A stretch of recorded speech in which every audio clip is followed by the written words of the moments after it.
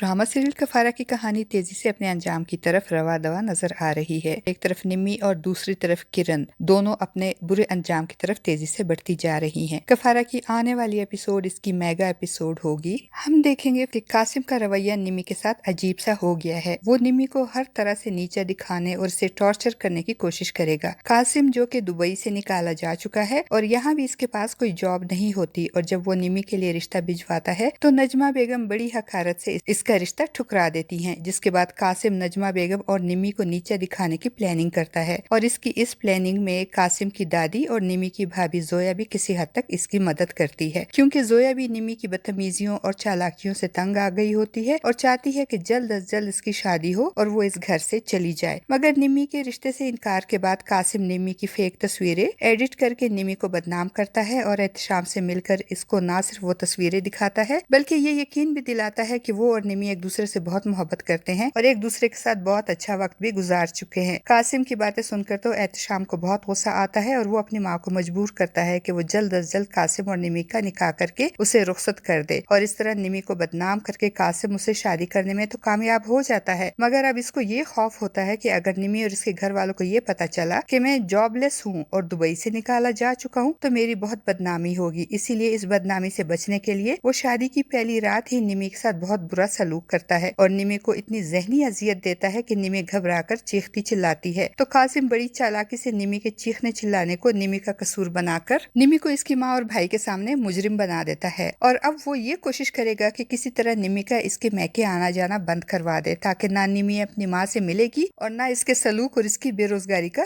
भांडा फोड़ेगी। इसीलिए तो जब निम्मी अपनी माँ के घर जाने की बात करती है तो कासिम उसे मजबूर करता है कि पहले मेरी माँ और दादी से माफी मांगो, फिर लेकर चलूंगा तुम्हें। और जब निम्मी मजबूरन कासिम की माँ सुरैया बेगम के पास जाकर उनसे माफी मांगेगी तो सुरैया बेगम जो पहले ही निम्मी से खार खाए बैठी होती है वो तब कर कहेंगी, खुदा के वास्ते निम्मी मुझे अपने इन साजिशों और झगड़ों में मत घसीटो। और जब निम्मी कहेगी मैं तो आपसे माफी मांगने आई हूँ तो सुरैया बेगम उसे कहेगी तुम जाओ यहाँ से, मुझे तुमसे कोई शिकायत नहीं है। और फिर कासिम निम्मी को लेकर इसकी माँ के घर जाएगा। तो निम्मी जिसने शादी से एक दिन पहले अपनी भाभी जोया और कासिम को फोन पर बातें करते सुना था, इसीलिए वो अपनी भाभी से बदगुमान होती है और इसको यही लगता है कि जोया ने कासिम के साथ मिलकर चाल चली है और इसकी शादी कासिम से करवाई है। इसलिए आज वो अपने मैके जाकर जोया को मजा छकाने का सोच रही होगी, और फिर अपने मैके जाते ही वो जोया के साथ बहुत बदतमीजी करेगी। तो जोया उससे कहेगी इतना सब कुछ हो गया तुम्हारे साथ मगर फिर भी तुम्हारी नेगेटिविटी खत्म नहीं हुई। तो निम्मी को बहुत गुस्सा आएगा और वो सोफे से कुशन उठाकर जोया के मुंह पर मारते हुए कहेगी मैं तो आज यहाँ आपको और आपके बच्चे को अंजाम तक पहुँचाने आई हूँ। निम्मी के चीखने चिल्लाने की आवाजें सुनकर कासिम अंदर आएगा और निम्मी को जोया को कुशन मारते देखकर मौके का फायदा उठाते हुए जोर जोर से चिल्लाने लगेगा और कहेगा ये क्या कर रही हो तुम निम्मी, तुम जोया भाभी को नुकसान पहुंचा रही हो। कासिम के चिल्लाने पे एहतशाम और नजमा बेगम भी दौड़े चले आएंगे। निम्मी को ये मालूम नहीं होगा कि नजमा बेगम और एहतशाम भी कमरे में आ चुके हैं, क्योंकि दरवाजे की तरफ इसकी पीठ होगी। इसीलिए वो कासिम और जोया दोनों पे अपना गुस्सा उतारते हुए कहेगी मौका ही तो नहीं मिल रहा वरना मैं इसे जान से मार दूं। निम्मी की बातें सुनकर एहतशाम और नजमा बेगम के पांव तले से जमीन निकल जाएगी कि निम्मी के दिल में अपनी भाभी और इसके होने वाले बच्चे के लिए इतना जहर भरा हुआ है। अब तो एहतशाम के सब्र का पैमाना भी लबरेज हो जाएगा और वो एक जोरदार थप्पड़ निम्मी के मुंह पे मारेगा और अपनी माँ को सख्ती से कहेगा कि अगर आज के बाद ये निम्मी इस घर में आई तो मैं अपनी बीवी को लेकर यहाँ से चला जाऊंगा। और नजमा बेगम ये कभी नहीं चाहेंगी कि निम्मी की वजह से इनका कमाओ बेटा अलग हो जाए, इसलिए अब वो कासिम से कहेंगी कि ले जाओ इसे और आज के बाद इसे मत लेकर आना इस घर में, अब इस घर में इसके लिए कोई जगह नहीं है। और दूसरी तरफ किरण का अंजाम भी बहुत बुरा होने वाला है, क्योंकि किरण जिस लड़के से मोहब्बत की पींगे बढ़ा रही है और जिसको इसने अपनी माँ का कंगन और अंगूठी चोरी करके सोने का ब्रेसलेट गिफ्ट किया है, वो लड़का किरण से मुखलिस नहीं होता बल्कि फ्रॉड होता है। और अब तो सलमान को भी किरण के इस लड़के से अफेयर के बारे में पता चल गया है और सलमान ने किरण से बदला लेने के लिए इस लड़के से डील भी कर ली है। अब देखते हैं सलमान से डील करने के बाद वो लड़का किरण के साथ क्या करेगा और किरण का अंजाम क्या होगा। अब बात करते हैं सितारा